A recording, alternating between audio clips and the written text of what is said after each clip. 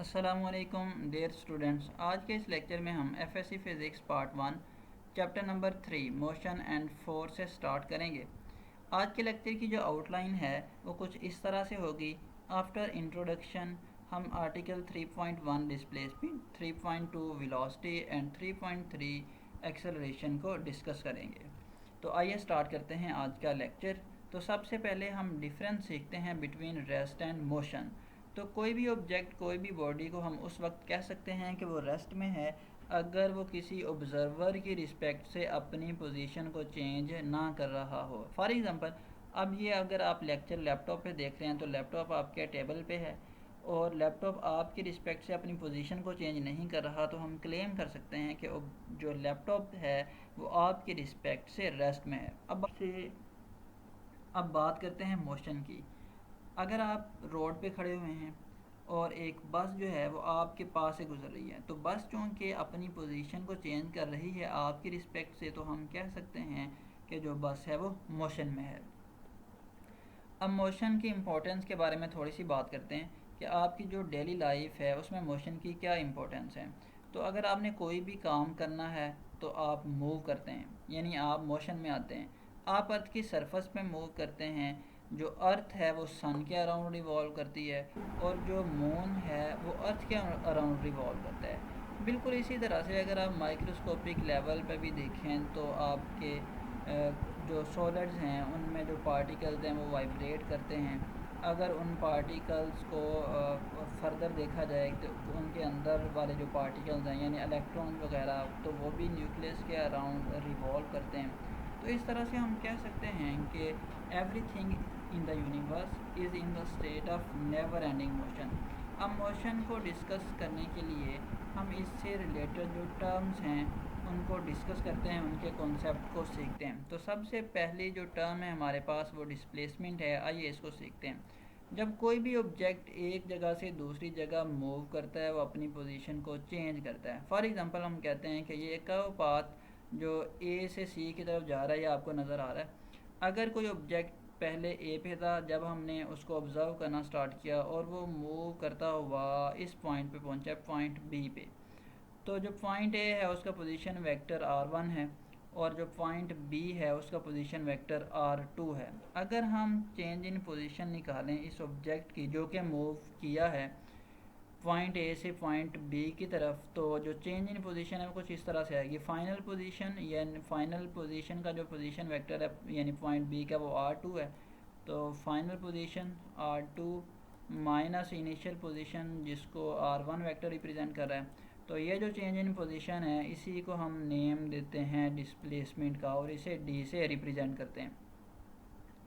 But यहाँ पे अब आप एक बात सीखिएगा कि बॉडी जो है वो इस पाथ के अलॉन्ग मूव की है, बट जो डिस्प्लेसमेंट हमने डिफाइन किया है वो चेंज इन पोजीशन है यानी r2 माइनस r1। और ये तो था इसकी मैथमेटिकल डेफिनेशन। अब इसको ग्राफिकली कैसे रिप्रेजेंट करते हैं, इसको रिप्रेजेंट करते हैं डिस्प्लेसमेंट वेक्टर से। और डिस्प्लेसमेंट वेक्टर हमें क्या बताता है कि एक बॉडी कितना अवे मूव की है, कितना दूर मूव की है और किस डायरेक्शन के अंदर मूव की है, ये हमें इन्फॉर्मेशन मिलती है डिस्प्लेसमेंट वेक्टर से। अब डिस्प्लेसमेंट वेक्टर के बारे में थोड़ी सी बातें और सीख लेते हैं कि इस डिस्प्लेसमेंट वेक्टर की जो टेल होती है ये उस पॉइंट पे लाई करती है जहाँ से डिस्प्लेसमेंट स्टार्ट होता है और इसका जो एरो हेड या टिप है ये उस पॉइंट पे लाई करती है जहाँ पे मोशन जो है वो एंड होता है यानी जो फाइनल पॉइंट होता है। तो यहाँ से हमने ये सीखा कि जो डिस्प्लेसमेंट है वो जो पाथ फॉलोड है उससे समवट क्या है वो डिफरेंट है, यानी पाथ फॉलोड और मोशन जो डिस्प्लेसमेंट है वो डिफरेंट है। यानी बॉडी ने इस पाथ को फॉलो करते हुए मूव की थी लेकिन जो उसका डिस्प्लेसमेंट है उसको हमने डिस्प्लेसमेंट वेक्टर डी से रिप्रेजेंट किया है। और इस डिस्प्लेसमेंट वेक्टर की जो लेंथ है यानी इस डिस्प्लेसमेंट वेक्टर की जो मैग्नीट्यूड है वो हमें ए और बी के दरमियान लेंथ देती है जो कि एक स्ट्रेट लाइन डिस्टेंस होता है। अब अगर एक स्पेशल केस डिस्कस करते हैं कि अगर बॉडी स्ट्रेट लाइन में मूव की है यानी ए से बी की तरफ, तो यहाँ पे जो डिस्प्लेसमेंट है और जो पाथ ऑफ मोशन है वो दोनों सेम होंगे यानी वो कोइंसाइड कर देंगे। तो ये इम्पोर्टेंट नोट में लिखा हुआ है मैंने आपके लिए। When a body moves along a straight line, the displacement coincides with the path of motion as shown in figure. अब नेक्स्ट कॉन्सेप्ट को डिस्कस कर लेते हैं 3.2 वेलोसिटी को। अभी हमने सीखा कि अगर कोई ऑब्जेक्ट एक पॉइंट से किसी दूसरे पॉइंट की तरफ मूव करता है तो वो अपनी पोजीशन को चेंज करता है। उसी चेंज इन पोजीशन को हम नेम देते हैं डिस्प्लेसमेंट का। अगर हम डिस्प्लेसमेंट को मेजर करें with the passage of time तो ये जो हमारे पास क्वांटिटी बनेगी यानी measurement of displacement with the passage of time, इसी को हम कहते हैं कि ये वेलोसिटी है और इसे v से रिप्रेजेंट करते हैं और इसकी ये मैथमेटिकल डेफिनेशन है कि यानी change in displacement over time या change rate of change of displacement, जिस तरह से आपने स्कूल फिज़िक्स में भी इसकी डेफिनेशन पढ़ी होगी।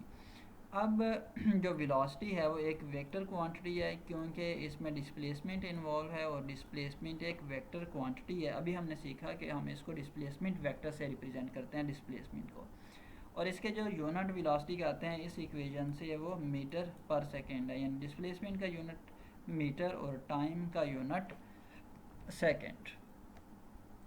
अब हम बात करते हैं एवरेज वेलोसिटी की। इसको एक्सप्लेन करने के लिए दो पॉइंट कंसीडर करते हैं, ए और जो सेकंड पॉइंट है वो हम कहते हैं कि ये पॉइंट बी है।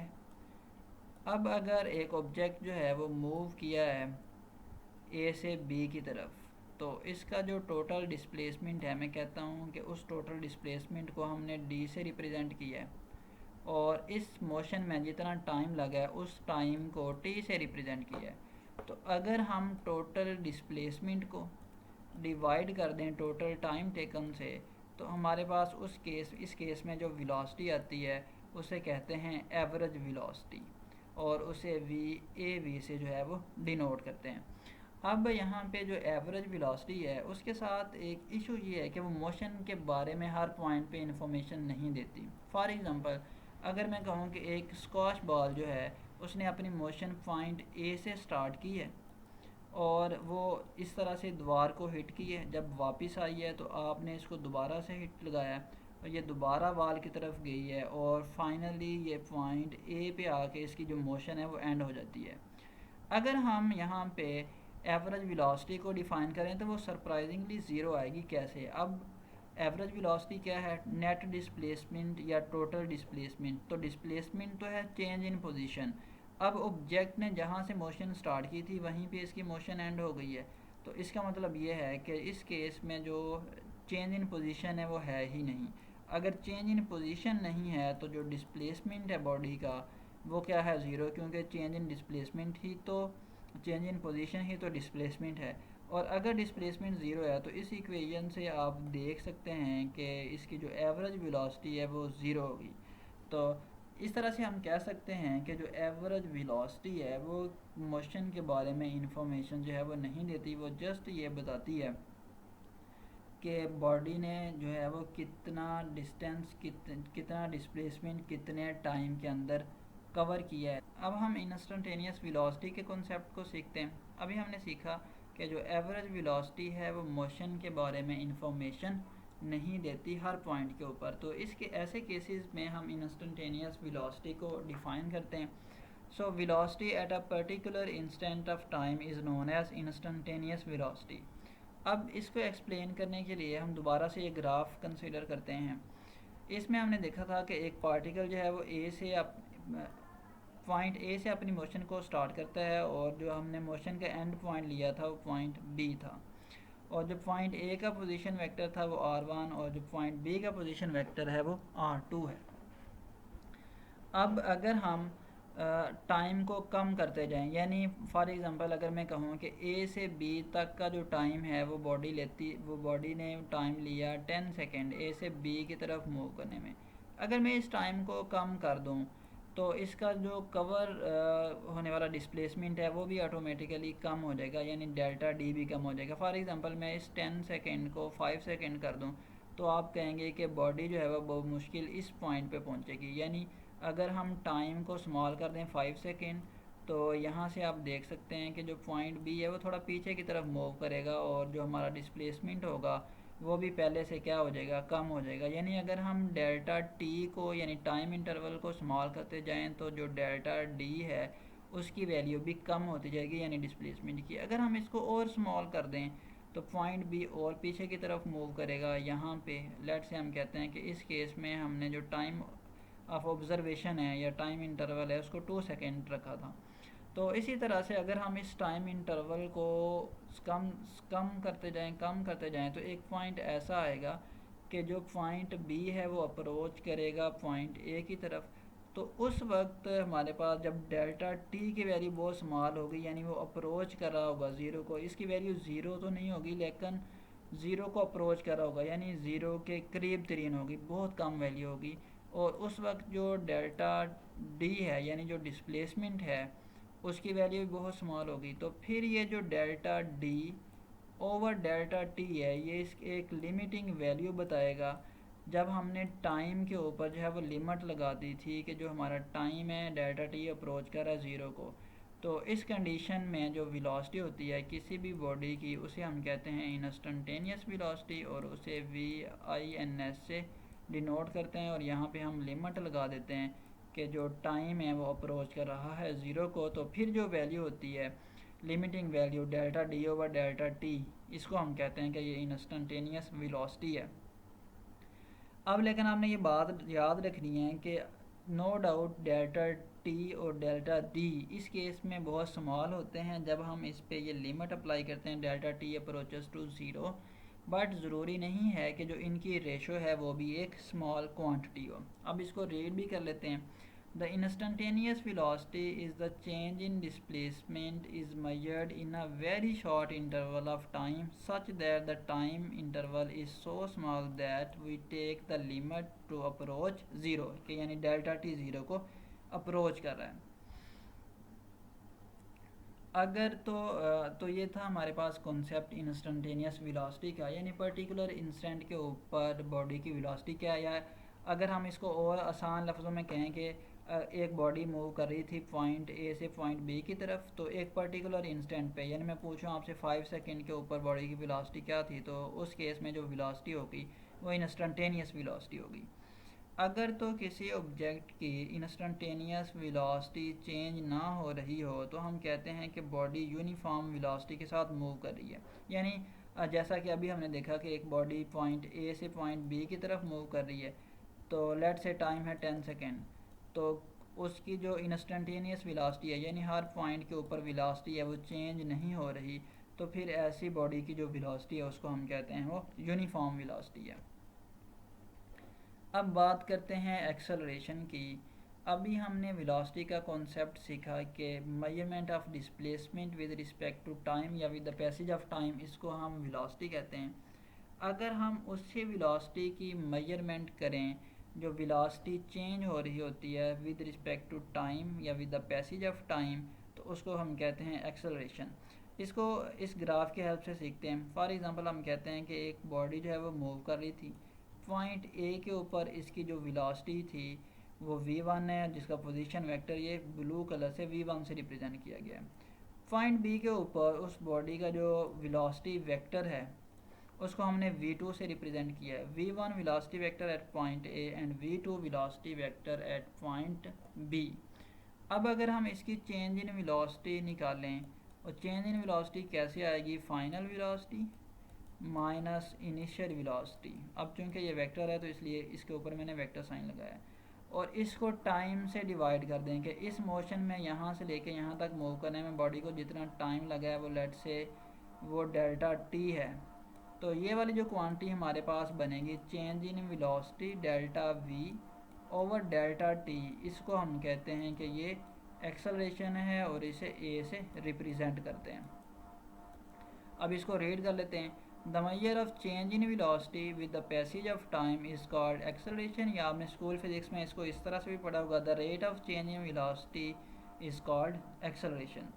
अब जो एक्सेलरेशन है वो एक वेक्टर क्वांटिटी है और अगर इस इक्वेशन से एक्सेलरेशन के ऐसे यूनिट निकालें तो वो मीटर पर सेकेंड स्क्वायर बनते हैं यानी ms माइन। अब हम एवरेज एक्सेलरेशन की बात करेंगे कि जिस तरह से हमने एवरेज वेलोसिटी को डिफ़ाइन किया था, अब हम एवरेज एक्सेलरेशन को डिफ़ाइन करेंगे। एवरेज एक्सेलरेशन को अभी जैसे हमने बात की थी कि अगर कोई ऑब्जेक्ट मूव कर रहा है ए से बी की तरफ, तो पॉइंट ए का जो वेलोसिटी वेक्टर है वो v1 है, और पॉइंट बी का जो वेलोसिटी वेक्टर है वो v2 है, ये पॉइंट बी। सो जो हमारे पास एवरेज एक्सेलरेशन होता है वो क्या होता है, चेंज इन वेलोसिटी या नेट वेलोसिटी, टोटल वेलोसिटी, और उसको डिवाइड कर दें हम टाइम के साथ, तो हमारे पास जो एक्सेलरेशन की वैल्यू आती है उसे हम कहते हैं कि वो एवरेज एक्सेलरेशन है। यानी हम कहते हैं कि ये जो ए है वो इक्वल है जो change in velocity over time over total time, total change in velocity over total time, ये हमारे पास एवरेज एक्सेलरेशन आता है ये। अब इसको, ये तो था हमारे पास एवरेज एक्सेलरेशन। अब बात करते हैं इंस्टेंटेनियस एक्सेलरेशन की। सो इंस्टेंटेनियस एक्सेलरेशन किसी भी पॉइंट की change in velocity at a particular time है, यानी acceleration of a particle at a particular instant is called instantaneous acceleration. अब इस इंस्टेंटेनियस एक्सेलरेशन को बिल्कुल उसी तरह से फाइंड करेंगे जिस तरह से हमने इंस्टेंटेनियस वेलोसिटी को फाइंड किया था। तो इसको रीड कर लेते हैं। The value of instantaneous acceleration is obtained if the change in velocity is measured in very small interval of time such that the time is so small that it approaches to zero. और mathematically हम इसको किस तरह से लिख सकते हैं कि अगर हम चेंज इन वेलोसिटी मेजर कर रहे हैं for a very small interval of time, तो यहाँ पे देखें जो चेंज इन वेलोसिटी है वो डेल्टा वी है, और जो very small interval of time अगर हम कंसीडर करें तो हम टाइम पे लिमिट लगा देते हैं कि जो लिमिट डेल्टा टी यानी जो टाइम है वो ज़ीरो को अप्रोच कर रहा है। तो इस केस में ये जो लिमिटिंग वैल्यू होगी delta we over delta T की, ये हमें इंस्टेंटेनियस एक्सेलरेशन देगी। इंस्टेंटेनियस एक्सेलरेशन यानी acceleration of a body at a particular time, eight a particular instant of time. अब ये तो था हमारे पास इंस्टेंटेनियस एक्सेलरेशन। अब आपकी बुक के में इस आर्टिकल के एंड पे कुछ इंपॉर्टेंट पॉइंट डिस्कस किए हुए हैं, उनको वन बाय वन डिस्कस कर लेते हैं। अभी हमने देखा कि जो एक्सेलरेशन होता है वो चेंज इन वेलोसिटी होता है, यानी final velocity minus initial velocity divided by time. तो इसका फार्मूला मैं आपके लिए दोबारा से यहाँ पे रीराइट करता हूँ। जो एक्सेलरेशन है वो है change in velocity v2 minus v1 divided by time. तो अगर किसी ऑब्जेक्ट की जो वेलोसिटी है वो इंक्रीज़ हो रही हो, यानी मैं कहता हूँ कि अगर कोई ऑब्जेक्ट फर्स्ट जो उसकी वेलोसिटी थी, इनिशियल वेलोसिटी वो 10 मीटर पर सेकेंड थी, एंड आफ्टर 5 सेकेंड उसकी जो वेलोसिटी है वो 20 मीटर पर सेकेंड हो गया, और इसकी जो चेंज इन वेलोसिटी में जितना टाइम लगा है वो 10 सेकेंड है।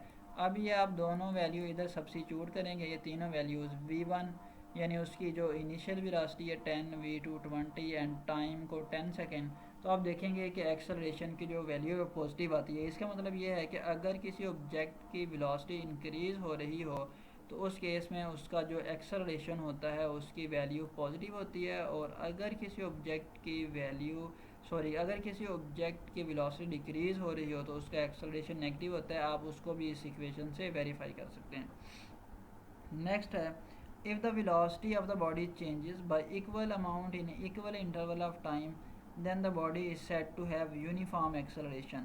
अब इस बात का क्या मतलब है, लेट से हम मोशन कंसीडर करते हैं between point A and B. हम कहते हैं कि जो टोटल टाइम लगा है इस मोशन के अंदर वो 10 सेकेंड है। तो हम हर 2 सेकेंड के बाद अगर मोशन को ऑब्ज़र्व करें तो यहाँ पे मैं कहता हूँ कि अगर बॉडी ने 0 मीटर पर सेकेंड की 0 मीटर पर सेकेंड की वेलोसिटी से शुरू किया था, तो 2 सेकेंड के बाद उसकी जो वेलोसिटी है वो हो जाती है 4 मीटर पर सेकेंड स्क्वायर। तो जैसे ही 2 सेकेंड और गुजरते हैं तो इसकी वेलोसिटी हो जाती है 8 मीटर पर सेकेंड स्क्वायर। यानी हर 2 सेकेंड गुजरने के बाद जो बॉडी की वेलोसिटी है वो इंक्रीज़ कर जाती है 4 मीटर पर सेकेंड स्क्वायर। तो हम ऐसी बॉडी की एक्सेलरेशन के बारे में कहते हैं कि उस बॉडी का जो एक्सेलरेशन है वो यूनिफॉर्म है, यानी if the velocity of the body changes y equal amount in equal interval of time, तो ऐसी बॉडी का जो एक्सेलरेशन है वो यूनिफॉर्म होगा। अब सबसे इम्पोर्टेंट पॉइंट जो कि आपकी बुक में गिवन है, for a body moving with uniform acceleration, कि अगर एक बॉडी यूनिफॉर्म एक्सेलरेशन के साथ मूव कर रही है तो उसका जो एवरेज एक्सेलरेशन है वो उसके इंस्टेंटेनियस एक्सेलरेशन के इक्वल होगा। अब इस बात का क्या मतलब, कि हम एक मोशन कंसीडर करते हैं जिसमें हम उस बॉडी का एवरेज एक्सेलरेशन और इंस्टेंटेनियस एक्सेलरेशन फाइंड करेंगे। देखें, बॉडी मूव किया पॉइंट ए से बी की तरफ, इस मोशन को जो टोटल टाइम लगा मैं कहता हूँ वो 5 सेकेंड है, 5 सेकेंड। और बॉडी ने स्टार्ट किया था 0 मीटर पर सेकेंड की वेलोसिटी से, और जब हम फाइनल पॉइंट यानी पॉइंट बी पे फाइनल पोजीशन पे उसकी जो वेलोसिटी थी वो 10 मीटर पर सेकेंड थी। हमने 1 सेकेंड बाद देखा बॉडी की जो वेलोसिटी है वो 0 से बढ़ के 2 मीटर पर सेकेंड हो गई। इसी तरह से 2 सेकेंड के ऊपर जब देखा तो उसकी वेलोसिटी थी 4 मीटर पर सेकेंड। इसी तरह से जब 3 पे देखा तो उसकी जो वेलोसिटी थी वो थी 6 मीटर पर सेकेंड। तो जैसे ही 5 सेकेंड गुजरे बॉडी की वेलोसिटी हो गई 10 मीटर पर सेकेंड। तो यहाँ पे अगर हम इंस्टेंटेनियस एक्सेलरेशन निकालें, यानी बॉडी का जो चेंज इन वेलोसिटी है आफ्टर 1 सेकेंड वो कितनी है 2 मीटर पर सेकेंड, और टाइम कितना गुजरा है 1 सेकेंड। तो यहाँ पे जो इंस्टेंटेनियस एक्सेलरेशन है उसकी वैल्यू आएगी 2 मीटर पर सेकेंड स्क्वायर।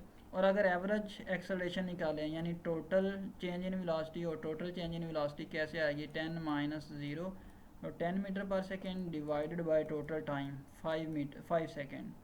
तो यहाँ से भी देख सकते हैं आप, तो जो इसका एवरेज एक्सेलरेशन है उसकी वैल्यू जो है वो कितनी आएगी, वो भी 2 मीटर पर सेकेंड स्क्वायर है।